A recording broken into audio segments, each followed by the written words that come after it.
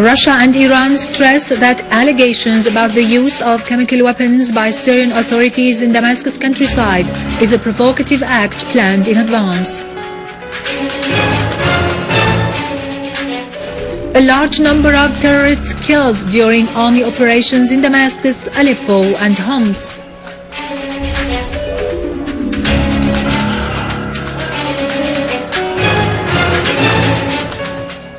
An Egyptian court rules that President Mubarak be put under house arrest.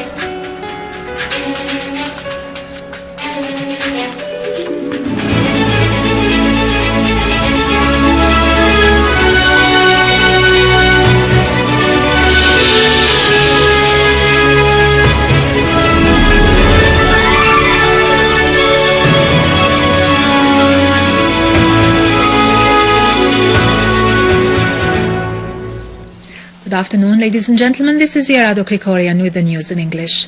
The Russian Foreign Ministry has stressed that the allegations about the Syrian authorities' use of chemical weapons in Damascus countryside may be a provocative act that was planned in advance.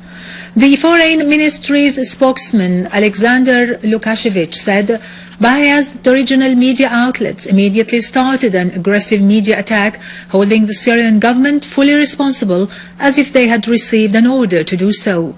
He added that the timing of these allegations is not a coincidence, as they started with the beginning of the UN experts' mission on investigating probable chemical weapons use in Syria.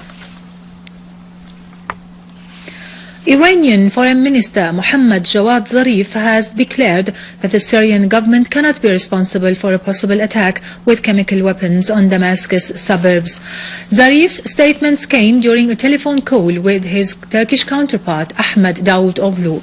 Zarif asked, how can the Syrian government resort to such measure while UN inspectors are in Damascus and the Syrian Arab army continues to inflict defeats on the terrorists? Zarif said, if the use of chemical weapons is proved, the terrorist groups will be certainly decide to use them, as it has been confirmed that they do not hesitate to commit any crime, and because it is in their interest to internationalize the crisis in Syria.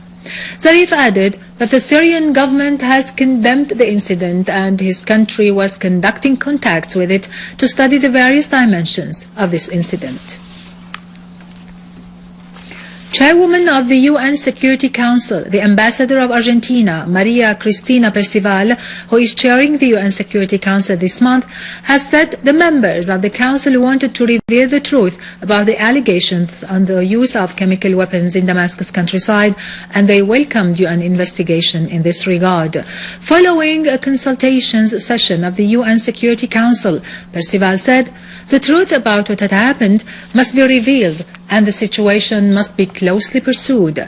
The General Command of the Army and Armed Forces had stressed in a statement yesterday that the allegations about the Syrian Arab Army's use of chemical weapons in Al-Ghouta are absolutely baseless and are part of the dirty media warfare on Syria. The Minister of Information on his part has also stressed that the reports circulated by Al Jazeera, Al Arabiya, Sky News and other channels involved in shedding Syrian blood are but an attempt to distract the investigation committee on chemical weapons away from its tasks.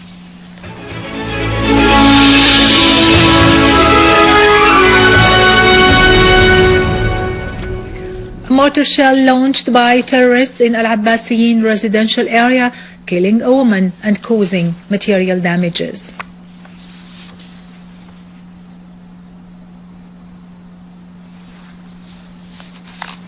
The Syrian Arab Army carried out qualitative operations in Jobar and Al-Qabun areas in Damascus, relying on accurate information about the main headquarters of the terrorists.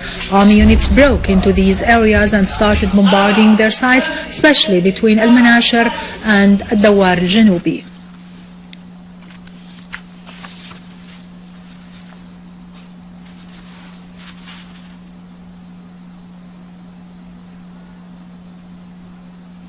Our armed forces and the border guard personnel killed and injured a number of terrorists who tried to infiltrate from Lebanon to Tel Kalach countryside across Al-Madhoume and Al-Msherfe sites and destroyed their weapons.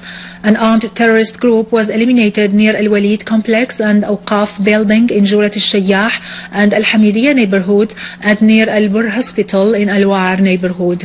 Another army unit clashed with an armed terrorist group tried to infiltrate from Al-Wa'ar Grooves to Al-Qarabis neighborhood, inflicting heavy losses upon it. Army units confronted terrorist attack against military checkpoints in Al-Masabigh neighborhood area and at Taouna village in Al-Hule, killing a number of terrorists and injuring others.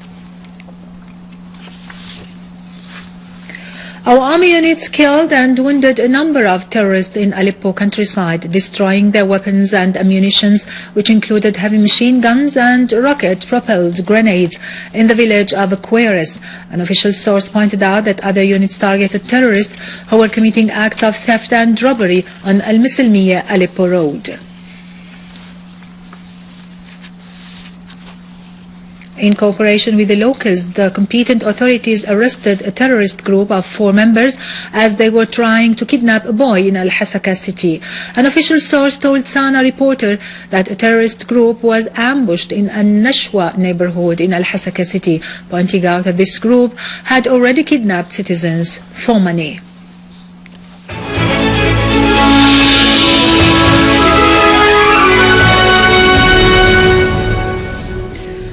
In Egypt, the Egyptian military authorities have released former Egyptian President Hosni Mubarak after being acquitted in the case of Al-Ahram prisons, the last corruption case he was detained for. Mubarak was placed under house arrest due to the state of emergency in the country. On the other hand, the Tanta court has decided to detain 21 members of the Muslim Brotherhood for 15 days pending investigation on charges of instigating killing and acts of violence.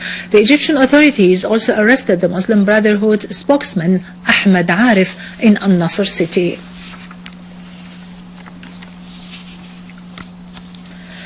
Now the latest business and market news, but after a short break. Stay tuned.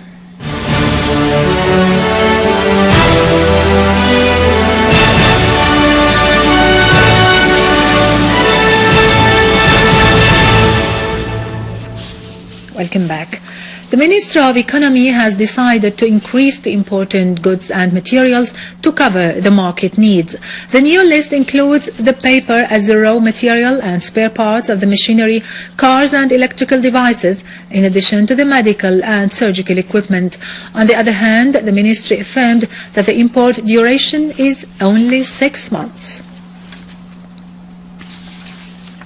The Director General of the Establishment of Storage and Marketing asserted that the establishment has imported a quantity of frozen chicken from Iran. He also said that the establishment is making the necessary tests now, asserting that the establishment will cover the local market with sufficient amounts of frozen chicken soon. The Director added that the price of 1 kilogram of frozen chicken is 400 Syrian pounds.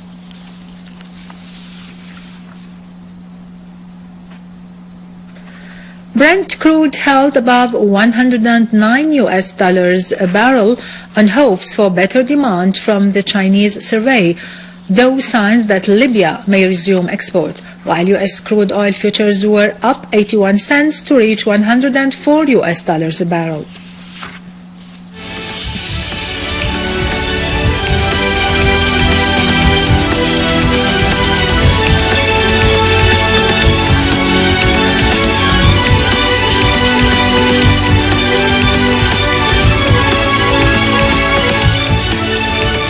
U.S. stocks fell as the Federal Reserve's July meeting showed that officials support stimulus cuts this year if the economy improves, while European stocks climbed, rebounding from their lowest level in 3 weeks.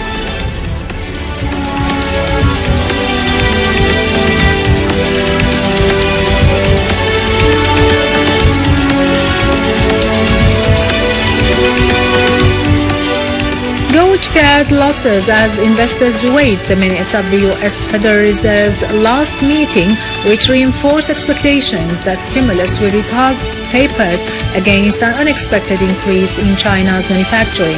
Spot gold fell 0.8% to reach $1,355 an ounce.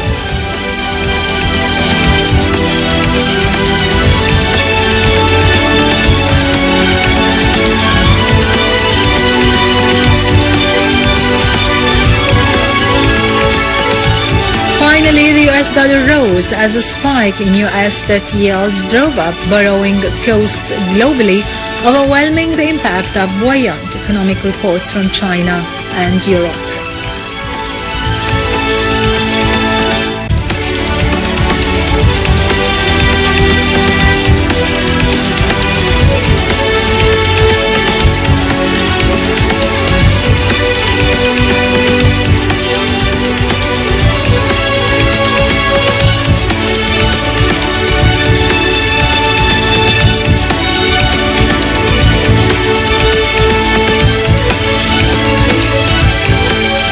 With this, we end our news for today. Thank you for watching. For more details about Syria and the region and to view this bulletin again, you can always visit our website under syriaonline.sy. Till next Saturday, all the best.